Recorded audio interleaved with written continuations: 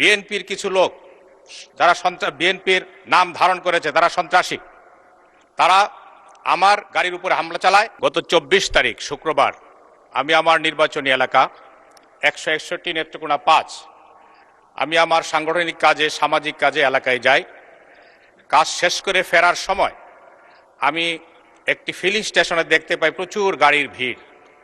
তখন আমি স্বাভাবিকভাবে সেখানে দাঁড়ালাম, ফিলিং স্টেশনে আমার গাড়ি রেখে আমি মানুষের খোঁজখবর নিলাম।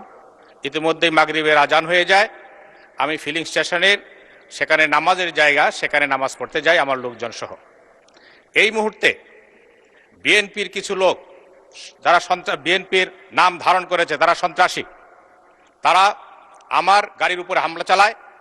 আমার লোকজন যারা সাউন্ড শুনে আসে তাদের উপরে হামলা করে, শারীরিকভাবে নির্যাতন করে।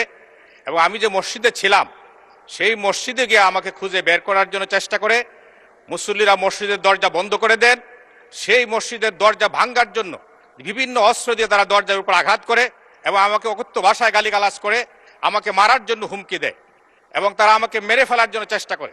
পরবর্তীতে আমি শুনতে পাই যে সেখানে পেশাদার কিলারকে নেওয়া হয়েছিল যাতে আমাকে হত্যা করা হয়। কিন্তু মসজিদের মুসল্লিদের প্রতিরোধের মুখে তারা দরজা ভাঙতে পারে নাই বলে আজকে মাননীয় স্পিকার আপনার সামনে দাঁড়ানোর সুযোগ হয়েছে। না হয় হয়তো আজকে আমার জন্য এখানে শোক প্রস্তাব আনতে হতো এবং আমার জন্য হয়তো আপনারা 1 মিনিট নিরাপত্তা পালন করতেন। মাননীয় স্পিকার, আমি আপনার কাছে আমার নিরাপত্তা চাই, আমার পরিবারের নিরাপত্তা চাই। আমাদের মাননীয় প্রধানমন্ত্রী, স্বরাষ্ট্রমন্ত্রী মহোদয়ের কাছে আমি আমার এলাকার সংগঠনের কর্মীদের নিরাপত্তা চাই। মাননীয় স্পিকার, এইভাবে আমাকে জনগণ জিজ্ঞেস করেছে যে কি অপরাধে আপনার উপর হামলা করা হলো। আমি অপরাধটা বলতে পারি নাই। মাননীয় সদস্য, আপনার কথা শুনলাম, এখন আপনি আমার কথাটা অনুগ্রহ করে শুনেন। আমি পত্রিকায় দেখলাম যে আপনার এই ঘটনায় একটি মামলা হয়েছে এবং পুলিশ 9 জনকে গ্রেফতার করেছে। মাননীয় স্পিকার, পুলিশ যাদেরকে গ্রেফতার করেছেন তাদের মধ্যে একজন শুধু তালিকাভুক্ত আসামি, বাকিরা সবাই নিরপরাধ। আজকে 9 জনের জামিনে চলে আসছে।